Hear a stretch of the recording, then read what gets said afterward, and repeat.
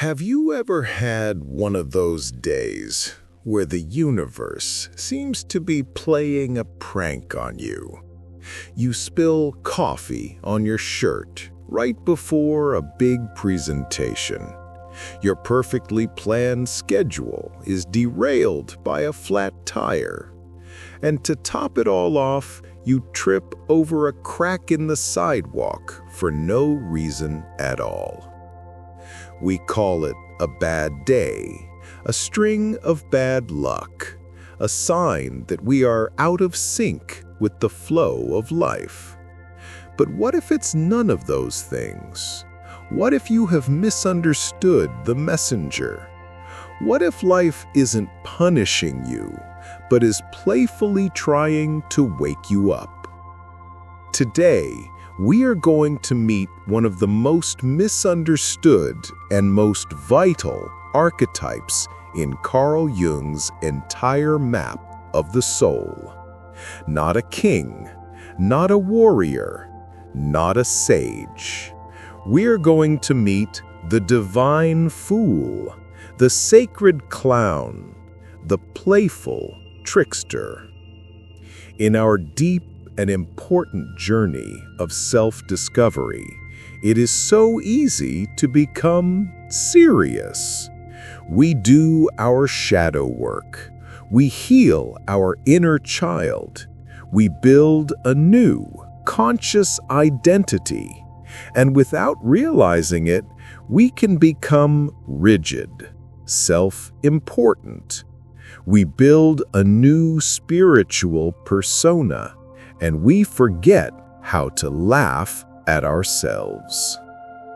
The trickster arrives in our lives not as a punishment, but as a sacred intervention. It is the soul's emergency brake against the tyranny of our own perfectionism.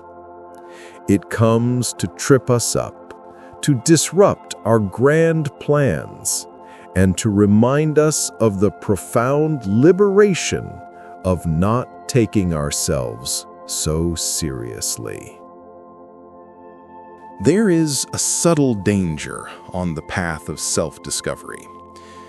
It is a trap that very few people talk about because it looks so much like success. It is the danger of becoming too good at being good. You do the work, you read the books, you do your shadow work, you learn to reparent your inner child. You become more conscious, more mindful, more self-aware. And slowly, without you ever noticing, a new, very sophisticated and very rigid persona begins to form. It is the persona of the healed one, the spiritual one, the one who has it all figured out. It is the ego in a yoga outfit.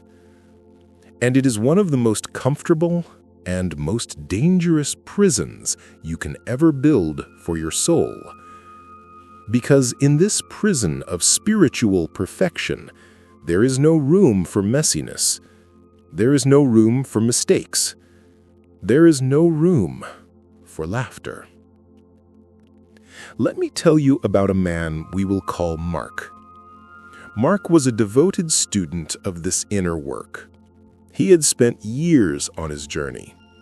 He could name every archetype in his psyche. He could track his projections.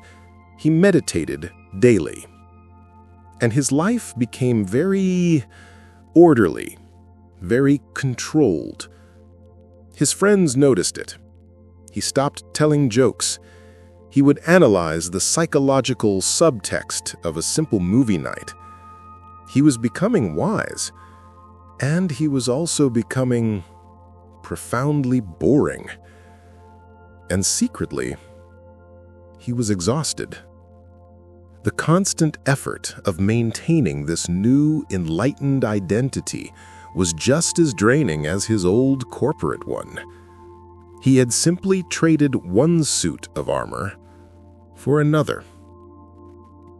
This is a classic maneuver of the ego. The ego loves identity. It loves to know who it is, and it will cling to any identity, even a spiritual one, to maintain its sense of control. It fears spontaneity. It fears chaos. It fears anything that threatens its carefully constructed sense of order. And this is where the great, beautiful law of the psyche comes in, a law Carl Jung called enantiodromia. It is the law of opposites. The idea that if you push any one energy too far to one extreme, the unconscious will automatically begin to build up the opposite energy to bring you back into balance. The more you try to be perfect, the more your soul will crave imperfection. The more you try to be serious, the more your soul will long to play. The more you try to control everything, the more the universe will seem to conspire to trip you up.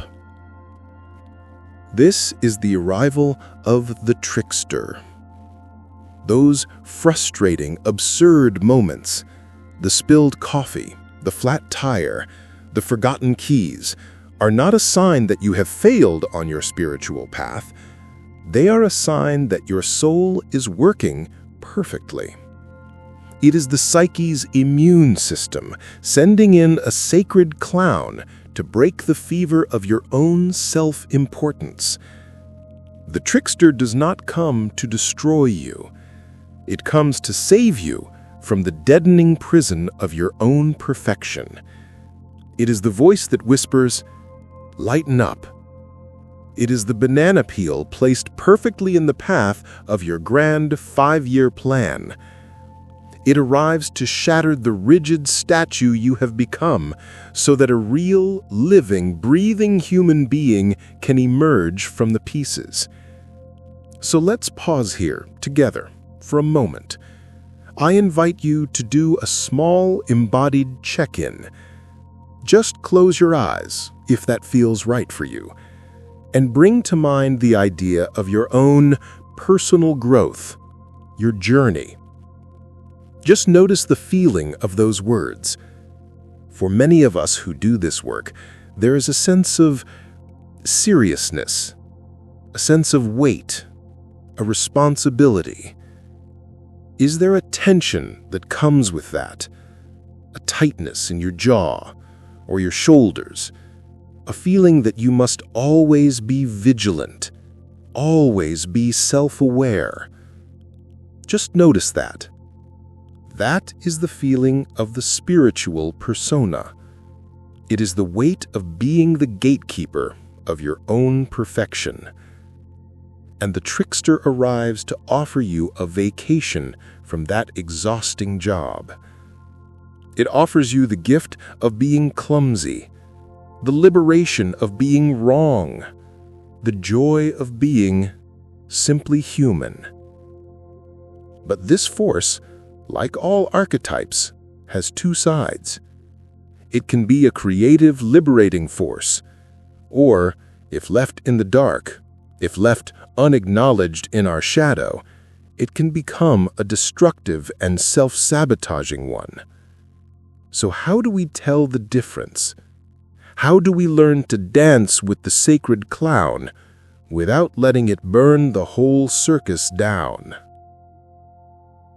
The trickster is the archetype of the unexpected answer. It is the sacred aha moment that arrives disguised as a clumsy mistake. But its energy, like fire, can be either creative or destructive. It depends entirely on our relationship to it. When the trickster energy is left in our shadow, unacknowledged and unintegrated, it turns against us. This is the shadow trickster. It manifests as chronic self-sabotage. You work hard for a goal, and right at the finish line, you unconsciously find a way to mess it up. It manifests as cynical mockery, the part of you that sneers at anything sincere or hopeful, including your own deepest desires. It is the cruel, hurtful prank that goes too far. It is chaos without a purpose. The integrated trickster, however, is a completely different character. When we have a conscious relationship with this energy, it becomes one of our greatest allies. It is the source of our humility, the life-saving ability to laugh at our own self-importance. It is the source of our creativity, the gift of seeing the world from a surprising, upside-down angle. And it is the source of our flexibility, the resilience to pivot and adapt when our perfect plans inevitably fall apart. The trickster is the court jester, the divine fool, who is the only one in the kingdom allowed to speak the uncomfortable truth to the king, to our ego. So how do we move from being a victim of the shadow trickster to an ally of the integrated trickster? We don't do it by trying to become a clown. We do it by learning to see the world through the trickster's eyes. Let's go back to Mark, the man who had become a rigid statue of spiritual perfection. One day, he is preparing for a very important workshop he is leading. The topic? Finding flow and presence in the workplace. He has his slides prepared, his talking points memorized, his persona of the wise teacher is polished and ready. 5 minutes before the workshop begins, the projector dies. Complete, total, irreversible failure. Mark's first reaction is panic, then white-hot rage at the IT department, at the universe. His perfect plan is ruined. He is going to look like a fool. His ego is screaming, "This is a disaster." And then something shifts. The sheer comical absurdity of the situation hits him. Here he is, the great teacher of presence and flow, completely losing his mind because of a broken machine. The hypocrisy is so perfect, so beautifully ironic, that he starts to laugh. Not a small chuckle, a deep, gut-wrenching, tears streaming down his face laugh. The laugh of a man who has just been told the greatest joke in the world by the universe itself. In that moment of laughter, the rigid statue of his spiritual persona cracks. He walks into the room not as the perfect, all-knowing teacher, but as a humbled, authentic human being. He begins the workshop by saying, "Well, it seems the universe has decided to give us a live demonstration of what happens when our plans don't flow." The room relaxes. The energy shifts. He doesn't give the workshop he planned. He has a real, human conversation. It is the best workshop he has ever led. This is the art of reframing. And it is a skill you can practice. I invite you to try this the next time something small and frustrating happens. After the initial wave of annoyance has passed, take a breath. And then, with a touch of playfulness, ask the situation this question. "Okay, trickster, I see you. What's the punchline here? What am I taking so seriously right now that is actually kind of funny?" Just asking the question shifts you from the role of the victim to the role of the co-conspirator. You are no longer fighting the prank. You are in on the joke. This is not about denying your frustration. It is about adding another layer, the layer of perspective. Another way to invite this energy into your life is through the sacred practice of play. As adults, especially as adults on a path of growth, we forget how to play. Everything must have a purpose, a goal, a measurable outcome. Play is the trickster's native language. It is the act of doing something just for the joy of it, with no attachment to the outcome. Try something you know you are bad at. Sing off-key. Paint a terrible picture. Dance awkwardly in your living room. This is an act of sacred rebellion against your inner critic and your perfectionist ego. It is a declaration of freedom. It tells your psyche that your worth is not tied to your performance. But what if the trickster's wisdom is not just about laughter and play? What if its greatest gift is the gift of a deeper, more profound kind of intelligence?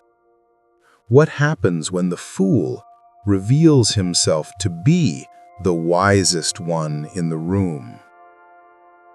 What if the goal of all this deep work is not to find the final answer? What if the goal is to become so comfortable in the mystery that you no longer need one? This is the ultimate prank the trickster plays on the ego. The ego is a tireless seeker of certainty. It believes wisdom is a library of facts, a fortress of knowledge to protect it from the chaos of the unknown. The trickster knows that true wisdom is not a fortress. It is an open field. It is the courage to stand in the great, beautiful, terrifying mystery of life and to be okay with not knowing. The divine fool is not a fool because he is ignorant. He is a fool because he has surrendered the need to pretend that he knows. And in that surrender, he becomes free. This is not an abstract philosophy. This is a lived reality. Let's return to Mark one last time. After his disastrous and then triumphant workshop, after the great laughter that cracked his spiritual armor, he did not abandon his deep work, but his relationship to it was transformed. He started to see the trickster's pranks everywhere. A typo in a serious email would make him smile. A sudden downpour during a planned picnic was no longer a catastrophe, but a change in scenery. He began a new practice. He called it his sacredly useless project. He decided to learn how to juggle. He was terrible at it. He dropped the balls constantly, and every time a ball fell to the floor, instead of the familiar voice of his inner critic, he would hear a faint inner chuckle, the voice of the Jester. He wasn't trying to become a great juggler. He was practicing the art of dropping the ball. He was practicing the art of imperfection, the art of play. And this playful energy began to seep into the rest of his life. His conversations became lighter. His teaching became more creative. He was still a wise man, but now he was a wise man with a twinkle in his eye. He had integrated the trickster. He had invited the fool into the court of his own psyche, and in doing so, he had become a much wiser king. This is the great secret. The work of healing your shadow, of reparenting your inner child, of understanding your own deep patterns is profoundly important. It is the work of building a strong container. But once that container is built, it is not meant to be a museum, sterile and silent. It is meant to be a dance floor. Integrating the trickster is the act of finally allowing your soul to dance. It is the ultimate act of trust. Trusting that you have done enough work, that your container is strong enough, that you can afford to be messy, you can afford to be clumsy, you can afford to be wrong. Your sense of self is no longer so fragile that it needs to be protected by the armor of being right. Pause with me here. I invite you to a small, rebellious act of imagination. Find one belief you hold very seriously about yourself. I am a responsible person. I am a good listener. I am on a spiritual path.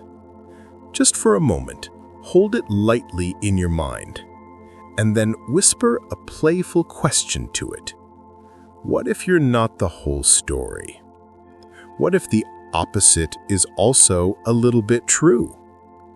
Just feel the space that question creates, the little wiggle room. That space is the trickster's playground. That space is freedom. A life that has made room for the trickster is not a life of chaos.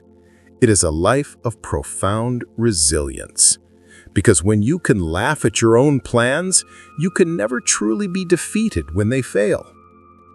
When you can find the humor in your own flaws, you are no longer a slave to the pursuit of perfection. You stop seeing life as a test to be passed or failed. You begin to see it as a great, mysterious, and often very funny play. And you are not just an actor, grimly reciting your lines. You are a co-creator, an improviser, dancing with the divine absurdity of it all. The struggle subsides. The frantic need to prove, to achieve, to control is replaced by a quiet, joyful curiosity. A curiosity about what surprising, clumsy, beautiful thing might happen next. This playful freedom is not the same as chaos. It is not an excuse for irresponsibility. In fact, to hold this light, flexible energy requires a new kind of container. Not a rigid cage, but a sacred rhythm. How do we give form to our freedom without imprisoning it once again? How do we anchor this playful soul into our daily lives? We do it through the lost art of personal ritual. And so, the journey of the soul is not just a solemn pilgrimage into the depths. It is also a joyful return to the playground. The laughter of the gods is the sound of our own soul finally giving itself permission to play. This is the great gift of the trickster. It does not ask you to abandon your wisdom. It asks you to wear your wisdom lightly, like a loose garment, not a suit of armor. The work we do in this space, the deep, often difficult work of shadow integration and healing, has one ultimate paradoxical goal: to allow you to finally forget it all and simply live. The journey through the labyrinth of the psyche isn't so you can become a master analyst of your own life. It's so you can finally be free of the need to constantly analyze yourself. You stop being the rigid statue in the museum of your own past. You become the dancer on the floor of the present moment. A life that has made room for the trickster is not a life of chaos. It is a life of profound resilience. Because when you can laugh at your own grand plans, you can never truly be defeated when they fail. When you can find the sacred humor in your own imperfections, you are no longer a prisoner to the impossible quest of being flawless. The fight is over.